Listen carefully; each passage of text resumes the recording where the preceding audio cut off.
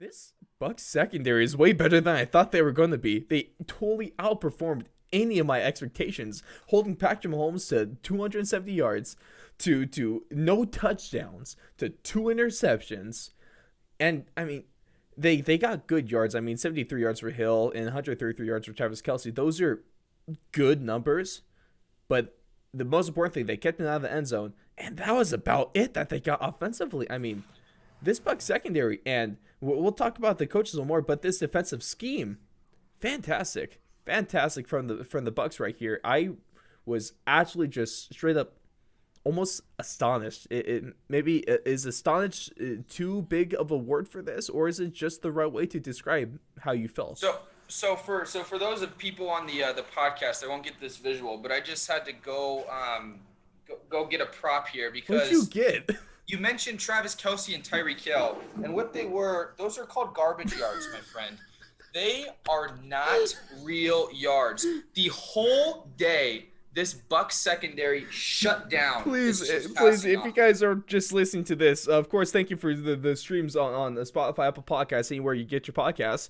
But Alex just got up. I had no idea he was going to do this. No, He went over it. He brought like this little box on screen, and he pulled it out, and it's a trash can. it's a trash can because those are garbage yards. In the first half, Patrick Mahomes barely broke 100 yards. At one point, he was 3 for 13 for 23 yards or something like that.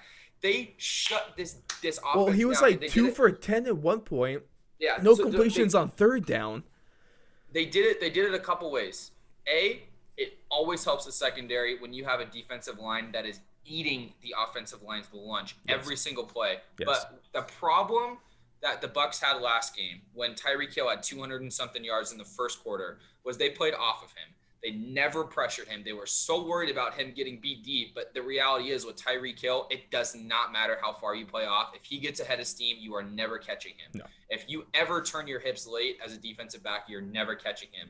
What they did that was so freaking smart by Todd Bowles was they had all of their corners press up on their on their skill position players, but with a huge caveat that they had Antoine Winfield Jr. and Jordan Whitehead both playing about 16 to 18 yards off of the line of scrimmage in a very, very deep half-field look. So they had either a cover 2, a cover 3, or a cover 1 look the entire game.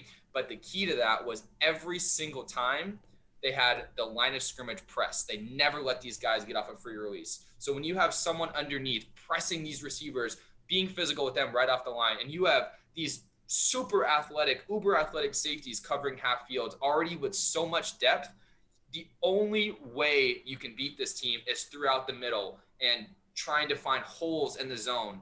And that's what's great about Patrick Mahomes, but he cannot do that if he does not have time to throw and find those zones. And every single time he snaps the ball and runs around, that completely shifts the offense, that completely shifts the defense. You no longer have your zone beaters where, you have a cover 2, so your holes are in the middle and on the wide sides behind the corners. You don't have those anymore because when you shift the pocket, you shift the entire field. So the Bucs defense, incredibly well done by Todd Bowles by scheming up ways to not allow big plays, by shrinking the pocket, by causing Patrick Mahomes to move around the field, jamming those receivers, playing those DBs deep. And I'm going to give a huge shout out to Levante David because he manhandled Travis Kelsey this entire game. He did not get open in the middle of the field. He was getting every single catch he had. It was a box out catch or a super bad or a super hard contested catch. He was causing Kelsey to drop balls. He played so well. Devin White played extremely well. Shaq Barrett, Jordan Whitehead, Antoine Winfield, Carlton Davis did not give up a catch for the first half. He played incredible. This was the same guy that got torched by Tyreek Hill. Yeah. And you know what Todd Bowles told Carlton Davis? He said, trust in yourself. Go up, press him, use your hands, be physical. You can stay with this guy. You have help over the top. And that's what he did. He shut down those outside receivers. I thought Sammy Watkins would be a bigger addition with 2 weeks off going into it, opening up the field a little bit. Him and Travis Kelsey can work the middle, but he was irrelevant. Yeah. Pringle was irrelevant. Nicole Hardman was Hartman. irrelevant.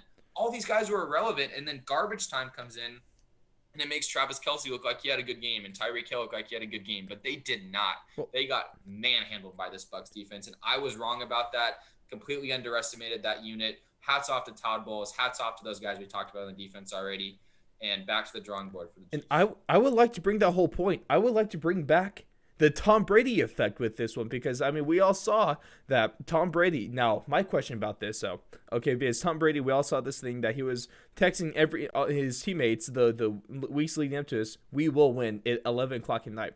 Now my question is, did he individually go through each contact and send that text? Did he have a team of staffers help him send those texts? Did he have like a fancy group chat that wasn't the group chat, but was just a mass messaging? No group chat. This is individual. The TB12 way. Tom Brady went through every. I bet you he didn't even copy paste. Bet you he didn't even copy paste.